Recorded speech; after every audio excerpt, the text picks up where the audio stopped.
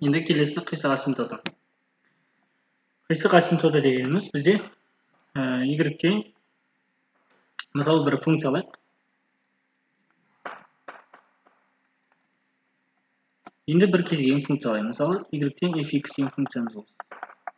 Қисық асимптота деген осындай көлбеу, яғни қисық болса, осы асимптотаны біз қисық асимптота деп атаймыз. Немесе қандай сызықты теңдеуді білдіреді? Бұл y тең kx қосылған b түрінде берілсе, яғни түзу түрінде берілсе, біз оны қисық асимптота деп атаймыз.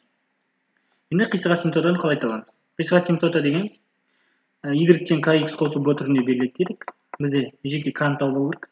K-ны табу үшін лимит x шексіздікке ұмтылған кезде fx деген функциядан x-ті бөлеміз.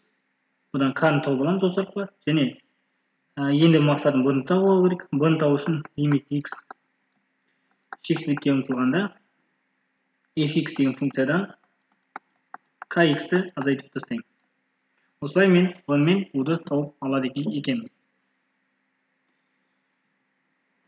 Енді бағана шығарған есебінде осы функцияның асимптоталарын тауып көрейін. Асимптотасын, яғни қисық асимптотасын тауып көрейін. Менің мысалым y тең x бір қосылған x болды. Осы функцияның қисық асимптотасын табу керек. Бірінші мақсатым k-ны тауып алу. K-ны тауып алу үшін x-ті лимит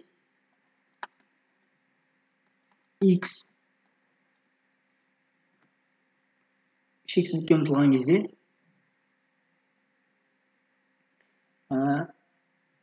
x бір қосылған x-ті x-қа бөлемей.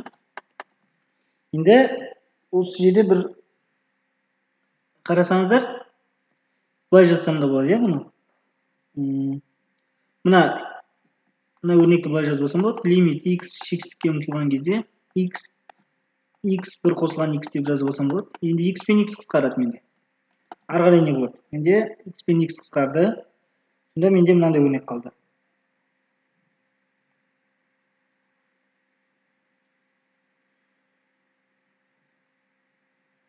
Жоқ, мына x пен x қысқартпай қойын. Былай істейін. Осы түрде қалдырайын. Енді мына жақшаны ашайын. X астында x қосу x квадрат болады.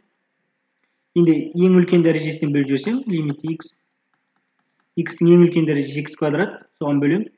X бөлінген x квадрат, x бөлінген x квадрат, x квадрат бөлінген x квадрат.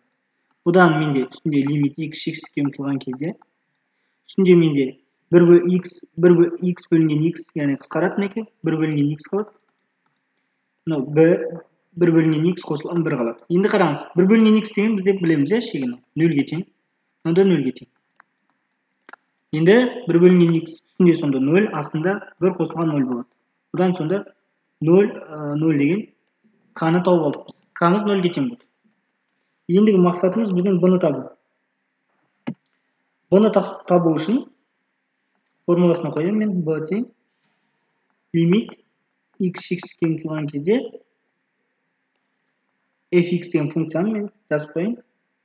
X бір қосылған x азайтылған k көбейтілген x, k-ның 0-ге тең. Сонда мен мына өрнекті шығарсам жеткілікті. Осы өрнекті шығару үшін мен лимит x бір қосылған x. Енді мен ең үлкен дәрежесіне бөліп жіберем. X-қа бөліп жіберсем болады. Шексіздік болғандықтан үстінде сонда 1, астында 1 қосылған x болады. Лимиті бар, x шексіздікке ұмтылған кезде. Мынау менде 0-ді береді. Сонда 1 бөлінген 1 бізде 1 шығады. Сонда мен айтам, бұның y тең kx қосылған b түріндегі теңдеуде менде көлбеу асимптотасы, яғни k 0-ге тең болғандықтан менде b тең 1-ге. Немесе бұнда көлбеу асимптота жоқ, горизонталь асимптотасы ғана бар.